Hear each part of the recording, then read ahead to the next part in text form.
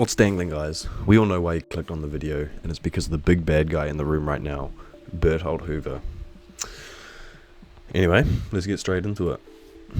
So, Bertolt Hoover, we all know why he's broken at the moment, because he can cycle his hand. We're giving +2 or -2 damage each time, and then when he flips, he just becomes an absolute unit, giving +2 damage to everything and removing his attack after it resolves. And then also he gets to respond after you play an attack. You also get to draw an attack, and you also get to stun your rival one, which is just crazy. I do not know why they made that, but here is the top 10 counters to Bertolt Hoover living weapon. Okay, number 1, we've got Warped Pleasure. This is simply to try stop him from flipping over on any turn, because of the enhance. Once per turn, your turn, players with 6 or more foundations destroy 1 foundation. So this is to stop him from getting to his what does he need, 9 or more foundations. It stops both people getting to 9 foundations, keeps everyone on a low foundation count so he can not get onto his absolutely cracked side. And then it's also got a little bonus. If your rival has 10 or less health, your attack gets +1 speed and +1 damage. If you're coming up against a Bertolt, I'd probably run this at a 4 of personally, just so you can consistently see it, because it will change the game completely against him. So my light's just turned off, but that's fine. So that's number 1, just controlling the board state, not letting anyone get to 9, and then he can never play on his flip side. Number 2, we've got Hero's Upbringing, an action from Jetburn. This has got response: destroy 1 foundation after your rival plays the same ability on the same card or for the second time or greater this turn. Seal this character. So we're basically just using this action for the response, the top response. This is just to stop him from controlling when he wants to flip, because Bertolt essentially wants to be cycling his hand all the time so he can build up his hand for the perfect kill turn on his flip side. And because it's a repeatable enhance, this means as soon as he uses it twice on your turn or his own turn, this allows him to just not flip at all, because he will be sealed after he's used it twice in a row. And you can use this on your turn, so at the start of your end phase, because it just says at the start of the end phase, he'll be sealed, so he won't be allowed to activate it until the start of his turn. So this just completely shuts down Bertolt. I would not be surprised if this card skyrockets in price just for this purpose alone. Number 3, we've got Creative Strategist. These are not in any order, by the way, guys. This is a card from Gilpower with a response that's coloured in yellow. Flip: after your rival clears a card from their card pool during the combat phase, add the top card of their deck to their card pool face down. So this is to counter his flip side if he does happen to flip on you, because he gets to just remove cards after they resolve just for free as a static.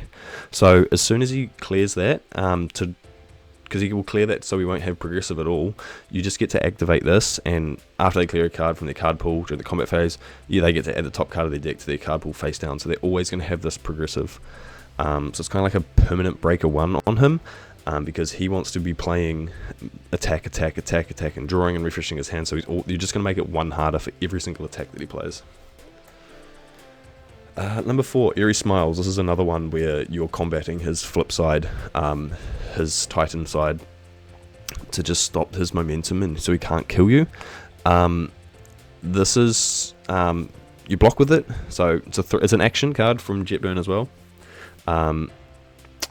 Response: flip 1 foundation. After you block with this card, your rival must play a non-attack card as their next form or pass. So if he's been sculpting up his hand to have the perfect, just complete orange hand against you, and he's flipped, and now he plays his first attack, and you block with Eerie Smiles, if he doesn't have any other attacks in his hand, he just has to end his turn right there. He just doesn't have any foundations, sorry. He just has to end his turn right there, because it says he has to play a non-attack card or pass, and this can just completely disrupt a Bertolt Colossus Titan, stop his momentum completely, and just completely mess up his turn by making him just pass his turn, and now he's just got 4 more attacks in his hand that he can't do anything with. Okay, number 5. We've got an attack from action, from the first Attack on Titan set. 5 difficulty though. Fortitude of the Armored Titan. It's a secret rare, so a bit harder to get hands on, especially in that massive set. It's got static. Remove this card when it leaves your card pool, and enhance. This attack loses all keywords. Attacks your rival plays this turn, gets +1 difficulty. So this is just another one to combat his flip side if he does end up flipping. Just allowing him to. It's similar to that other one, the one where he clears card pool and it puts a card in his card pool face down. But this way he cannot clear the difficulty at all, because this is just permanent on. This attack loses all keywords, attack your rival play this turn, get +1 difficulty, and he's just going to be stringing out attacks. So everything is actually going to be an extra difficulty higher, and hopefully he can commit his board out before he kills you. That was the theory with that one. But this one is a lot harder to get your hands on, so any of the other options are probably better than this one. But it's definitely out there. Number 6, we've got a card from a Guild Power. 1 difficulty, Great Buckler, enhance, which is in green, which is opposite to what we just had before, the yellow response. But anyway, enhance, flip. This attack cannot leave your rival's card pool during the combat phase. Your rival may spend 1 momentum to cancel this effect. So this is kind of one of the lesser option ones, just because the fact that they can cancel it just by spending a momentum, which is pretty easy to get in the standard at the moment. But if they don't, they're going to have to be playing on that +1 progressive again, similar to that the other one that adds 1 from the top of their deck face down. So yeah, this is just another option. It might cover some of the other symbols, so you might be able to run this instead of the other one that you can't run. Number 7 is the classic Decay Awaken, 7 difficulty, 4 check. Another action. This one's from Guild Power as well, because Shiraki is clearly a girl. With an ability, first form, remove, destroy your foundations and assets in all stages, build the top card of your deck face down, your combat phase ends. So if you're just really scared that you're just going to blow up, because Bertolt's maybe built a bigger stage than you don't have many foundations on the board, and maybe he got to 9 cards, 9 foundations very easy on his turn, and maybe you're at like 6 or something, and you just want to be like, okay, I do not want you to flip because you're just going to nuke me, so you just play your Decay Awakened and restart the game, and he's still on his front side.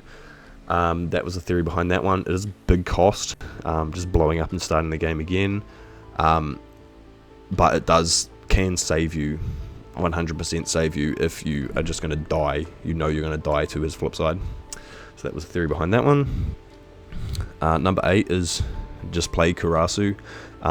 He doesn't let anyone get more than like 6 foundations, just because of his static. He's a 7 hand size, 20 health, so if you do get hit a couple times, even on his front side, it can be scary just because of the squishy health. But you also get more attacks to block with, cards to block with and build with, which is good because you're going to be constantly destroying, so you're going to probably outbuild him because he's only a 5-hander.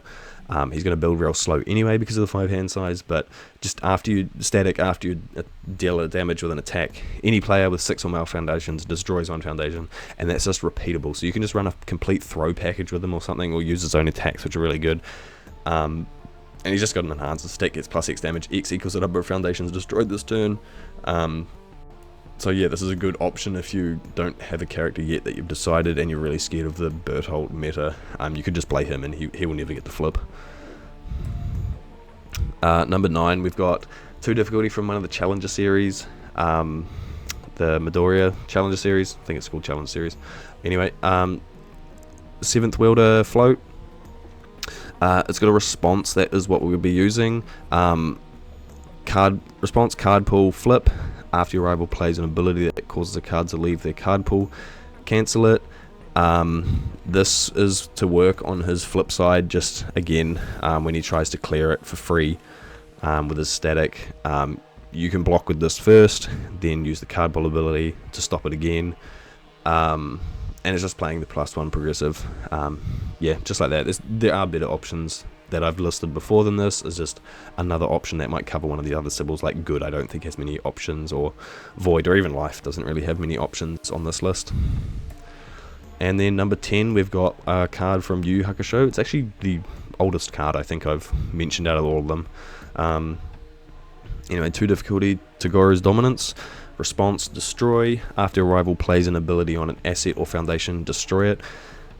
So this is just to keep him on his front side, keeping the board state down, controlling the board state, and you get to selectively choose what card he uses just after he plays the ability on it. You both are actually destroying one, so it can control both stages, to keep both stages under 9, just to completely control the board state, to not let him get to 9 and flip and potentially destroy you. Yeah, so that is the top 10 cards in my opinion to combat Bertolt. Let me know in the comments below if you can think of any others that I might have missed, or how would you actually rank these 1 to 10, and what cards do you think are going to see the biggest in price, or what is the most effective one. But yeah, so don't forget to subscribe for more videos, and I'll see you in the next one.